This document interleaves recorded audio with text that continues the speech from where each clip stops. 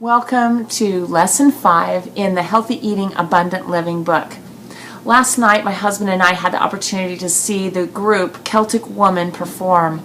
These ladies were amazing, all made up beautifully, their finery, their dresses flowing. The music was astonishing, and their voices rang out with such amazing harmony. This was an incredible performance, and at the end of the performance, they came to the forefront of the stage where they were given a standing ovation with applause and whistles and smiles. They were crowd pleasers. There's no doubt about it. They came back for 2, 3 encores. And I've been to other concerts of theirs, same thing. They are well loved, well appreciated.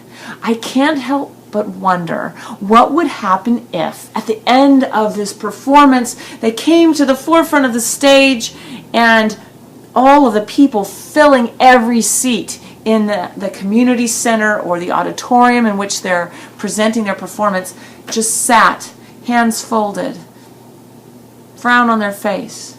How anticlimactic would that be? The part of a performance is looking to another for approval, appreciation. What we want to do this week is shift, and rather than performing for anybody, we want to see that grace means Christ has performed on our behalf. He went to the cross so that we might never experience condemnation and so that we might have a relationship with Him. This week we're going to have a look at the performance trap, which at its heart has legalism feeding it. And we're going to see the difference between legalism and grace. And one of the main ways we're going to do that is by being steeped, saturated in grace and really getting to know it. I'm excited about this week. So I want to highlight some of the things that you will get a chance to study and read. Do you ever feel like you evaluate yourself based on how well you ate today, or if you followed 0 to 5, or if you exercised or not? This is a works-oriented mentality. The idea that you do well, or you were good, or you worked the program based upon your performance. What I want to encourage you to do is invite God to show you what grace looks like instead. And we're going to give examples of that and study a little bit about that this week. Do you ever try to dazzle God with your accomplishments, maybe others? Here's one that maybe you can relate to. You have been working maybe for 2 months on eating 0 to 5, and you really want to lose weight and you want to get thin, and that's understandable. That's why you came to this blog in the first place, why you picked up the Bible studies. Do you have this desire that you really want people to notice, and you want to hear from them that they're noticing your weight loss? And you may even say, well, because then if they ask me how I've done it, I can share that God has done it in me, that I'm doing this Christian grace-based non-diet approach to weight loss, and I can testify for God. That's great. That's a great desire, except one of the things you have to be careful about is how much of that causes you to look at your performance and the performance of others as to whether or not they're giving you back what you need in order to feel like you've accomplished what you set out to do.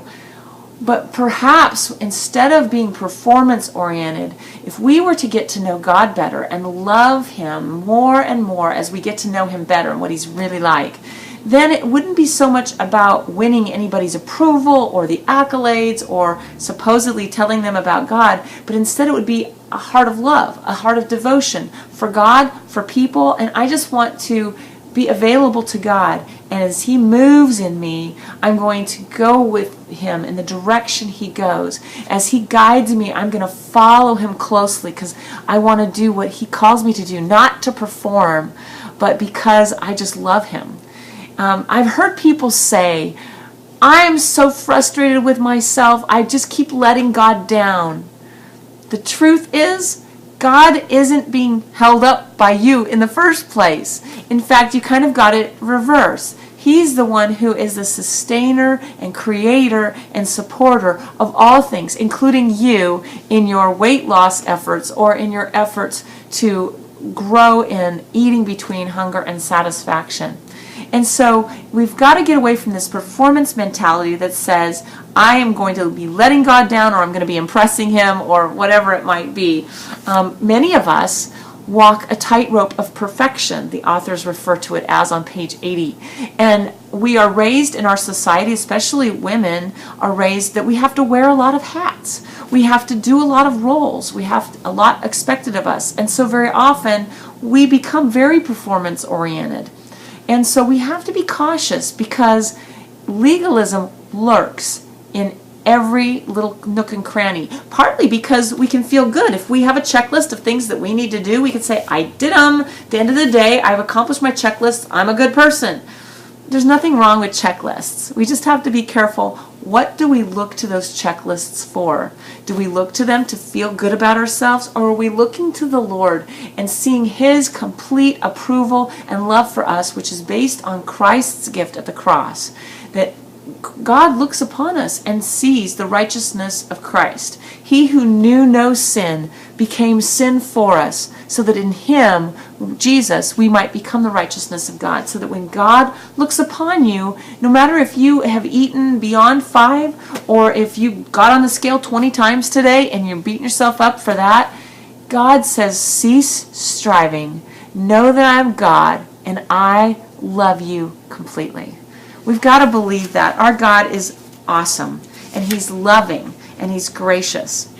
At the top of page 80, the authors say, God does not want us to stumble or fall as a result of the pressure that we or others place upon ourselves. Our God is gracious. He's not interested in us adhering to a list that says, I've accomplished this, I've done this, I am awesome. He is interested instead in us leaning into his grace and letting him carry us along. And he will show us what we need to do. The approval issue has been dealt with. It's covered. You have God's love and appreciation and his joy over you, his delight over you with singing. That's already a done deal.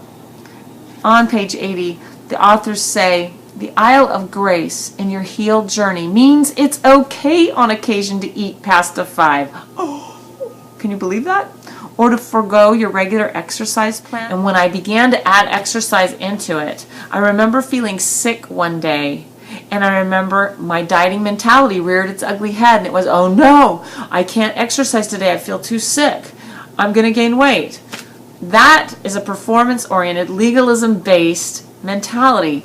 And so wherever it lurks, we want to expose it and just saturate it with grace. We want to inform our consciences. We want to tell ourselves the truth so that we can walk confidently in the grace that God has showered all over us. Lavishly, it says in Ephesians chapter 1.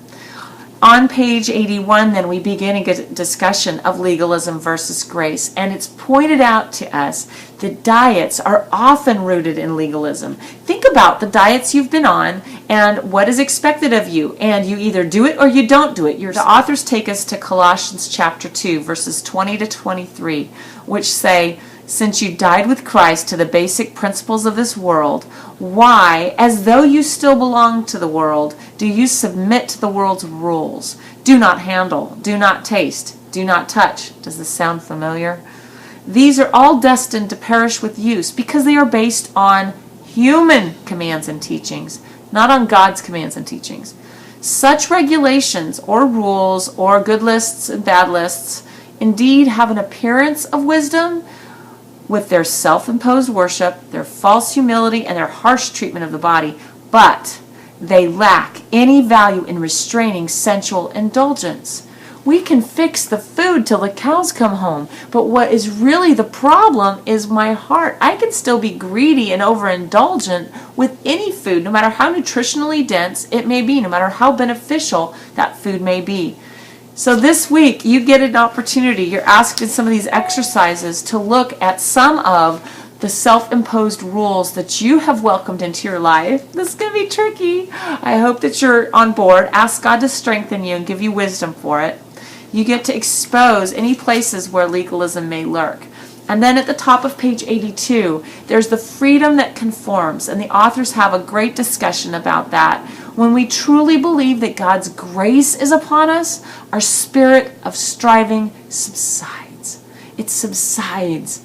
If you feel like this is a struggle, maybe it's because legalism is lurking there, and you need to expose it.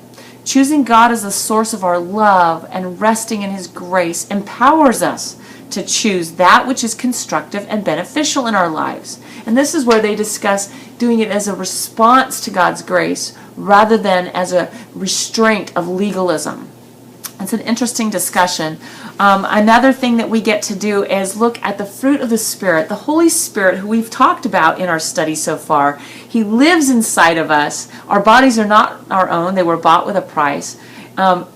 When the fruit of the Holy Spirit is evident in our lives, what are ways that love, joy, peace, patience, kindness, goodness, faithfulness, gentleness, and self-control might affect the way we relate to food and the way we relate to our bodies? That's kind of an interesting exercise.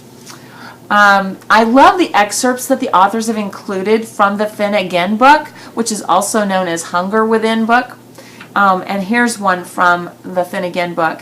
In the case of those who struggle with disordered eating, which would be most of us here, the standard of legalism might be to be thin, to achieve a certain weight at all costs, or the belief that when we lose weight, life will be perfect and we will be free from all our problems. When we adopt external methods to constrain our behavior, we are buying the lie that victory can be won with our self-will. While losing weight might result in an immediate increase in our sense of self-worth and value, it is temporary, and I can attest to this. And it does not change the deep-rooted feeling that we are irredeemably flawed, nor does it satisfy our silent hunger for intimacy with God. You see, so often what we look to losing weight to do for us, only God can do. It doesn't mean He doesn't want us to be a healthy size, but He wants us to look to Him for our heart hunger to be satisfied.